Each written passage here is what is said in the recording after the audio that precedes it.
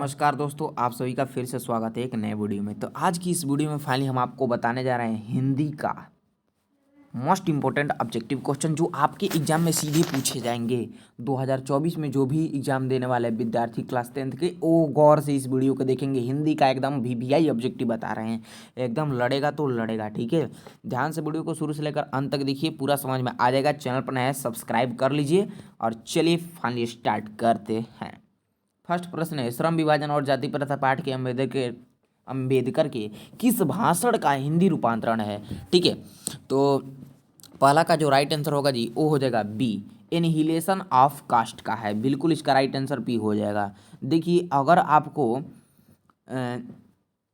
आप चैप्टर को बढ़िया से पढ़े होंगे, पाठ को, तो आप आसानी से भी टिक कर सकते हैं। ठीक है, आपको ये तो आसान था, आप पढ़े होंगे चैप्टर को, तो उसमें फर्स्ट में ही लिख दिया गया है। ठीक है, चलिए 2 नंबर प्रश्न कह रहा है, हाई देखिए, रसगुल्ला प्रश्न, भीमराव अम्बेडकर के चिंतक और रचनात्मक के प्रेरक थे। कौन थे जी? तो इनके चिंतक और रचनात्मक के प्रेरक जो थे, वो थे हमारे उपयुक्त सभी, यानी कबीर भी थे, ज्योतिबा फूले भी थे और बुद्ध भी थे। यानी ये चारों लोग थे, सॉरी तीनों लोग। ठीक है, ये तीनों लोग थे। ठीक है, यानी इसलिए हमारा राइट आंसर उपयुक्त सभी हो जाएगा।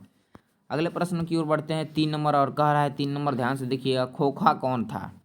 खोखा कौन था? तो इस सेन साहब का क्या था जी? खोखा कौन था? सेन साहब का बेटा था। ठीक है, 4 नंबर है, खोखा आखिर अपने बाप का बेटा ठहरा, उसे तो इंजीनियर होना है, यह किसका कथन है? ठीक है, तो ये किसका कथन है जी? तो ये है हमारा सेन साहब का। कहानी जब आप पढ़िएगा ना खोखा वाला, बहुत मज़ा आएगा। हम भी जब पढ़े थे ना तो बहुत मज़ा आया था। खोखा वाला कहानी जो है ना, एकदम आपको बचपना याद दिला देगा। ठीक है, चलिए आते हैं 5 नंबर, मैक्स मुलर की दृष्टि में, थोड़ा सा आपको क्लीन वीडियो नहीं दिख रहा होगा। ठीक है, थोड़ा सा प्रॉब्लम है। मैक्स मुलर की दृष्टि में सच्चे भारत के दर्शन कहाँ हो सकते हैं? तो मैक्स मुलर की दृष्टि में सच्चे भारत का दर्शन कहाँ हो सकते हैं? गांवों में। 5 का जो राइट आंसर हो जाएगा जी, ए हो जाएगा। ठीक है, 6 देखिए, मैक्स मुलर ने कठ और केन उपनिषद, हितोपदेश तथा मेघदूत का अनुवाद किस भाषा में किया? तो किस भाषा में किया जी? तो ये जर्मन भाषा में किया था। इसका राइट उत्तर जो होगा सी हो जाएगा।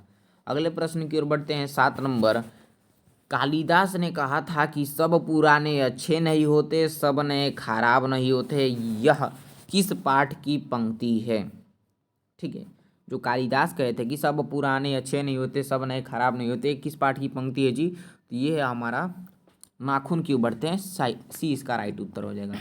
अगला है 8 नंबर, प्राचीन भारत के कलात्मक विनोद क्या है? ठीक है, तो ये है हमारा निबंध संग्रह है। ठीक है, निबंध संग्रह।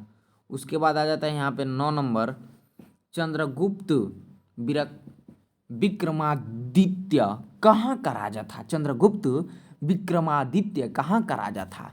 तो ये पता है कहाँ का राजा था? पटना का राजा था। अपने पटना, हार्ट ऑफ पटना जिसे बोलते हैं ना, वहीं का राजा था। ठीक है, कौन? चंद्रगुप्त विक्रमादित्य। ठीक है, हाई लीजिए 10 नंबर, रसगुल्ला टाइप का प्रश्न पूछे जाते हैं हिंदी में, काफ़ी ज़्यादा इजी होता है, आसानी से आप टिक कर सकते हैं। काफ़ी ज़्यादा बोर्ड मॉडल है ये सब प्रश्न, जितना बता रहे हैं पूरा घोर के पीते चलिए। हाई लीजिए 10 नंबर कह रहा है, किस शासक का लेख नंदी नागरी में नहीं है? तो किस शासक का लेख नंदी नागरी में नहीं है? तो ये हो जाएगा हमारा इस सभी के लेख नंदी नागरी में नहीं है।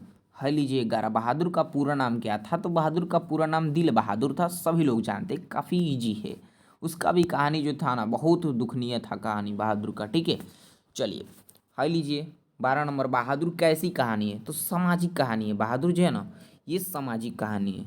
उसके बाद आते हैं 13 नंबर की ओर, रामविलास शर्मा का निबंध है। तो रामविलास शर्मा जी का जो निबंध था, हाँ, वो था जी परंपरा का मूल्यांकन, परंपरा का मूल्यांकन। उसके बाद आ जाते हैं 14 नंबर प्रश्न पे, कह रहा है कि कुमार गंधर्व क्या है? कुमार गंधर्व क्या है? तो ये जो है वो शास्त्रीय गायक है, शास्त्रीय गायक। उसके बाद 15 नंबर क्वेश्चन पे आ जाते हैं, कह रहा है नदी के किनारे भी नदी है, नदी के किनारे भी नदी है। समझिएगा बात को, हाय देखिए, नदी के किनारे भी नदी है, यह किसकी कृति है? ये किसकी कृति है? तो अशोक वाजपेयी। जब आप अशोक वाजपेयी वाला पार्ट पढ़िएगा तो उसमें बोले थे कि नदी के किनारे भी नदी है, बोले थे ना, उसमें आप लोग उस पाठ को पढ़िएगा। तो मतलब पूछ रहा है वही क्वेश्चन कि वह किसकी कृति है, तो अशोक वाजपेयी जी की है, 20 का राइट उत्तर हो जाएगा। 16 नंबर प्रश्न कह रहा है, देखिएगा 16 नंबर प्रश्न को क्या कह रहा है। मछली कहानी में किस वर्ग का जीवन वर्णित है, तो मछली कहानी में किस वर्ग का जीवन वर्णित है, काफ़ी ज़्यादा इजी है, निम्न मध्यम वर्ग, 20 का राइट उत्तर हो जाएगा। उसके बाद आइए, बिस्मिल्लाह खां का निधन कब हुआ, हाय लीजिए, बार बार बता रहे हैं, जन्म ईस्वी वाला क्वेश्चन काफ़ी इंपॉर्टेंट होता है, फोकस कीजिएगा इस पर, ठीक है। तो बिस्मिल्लाह खां का निधन कब हुआ जी, तो बिस्मिल्लाह खां का निधन जो हुआ था वो हुआ था हमारा 21 अगस्त 2006। इसका राइट आंसर बिल्कुल डी हो जाएगा। नेक्स्ट प्रश्न की ओर बढ़ते हैं, 18 नंबर, और देखिए हाय लीजिए, गांधी जी का दक्षिण अफ्रीका प्रवास कब से कब तक था, तो गांधी जी का दक्षिण अफ्रीका प्रवास कब से कब तक था जी, हाँ तो ये था हमारा 1893 से 1914 ईस्वी तक था। उसके बाद 19 नंबर है कि गुरु नानक की रचनाओं के संग्रह का क्या नाम है, तो गुरु नानक जी की रचनाओं का संग्रह का जो नाम था वो क्या था, हाँ तो गुरु ग्रंथ साहब था, बिल्कुल इसका राइट आंसर ए हो जाएगा, ठीक है। हाई लीजिए 20 नंबर प्रश्न, गुरु नानक का जन्म कहाँ हुआ था, तो गुरु नानक जी का जन्म जो हुआ था वो कहाँ हुआ था, काफ़ी ये भी इजी है, ठीक है, ननकाना साहब में हुआ था, ननकाना साहब में, सी इसका राइट उत्तर हो जाएगा, ठीक है।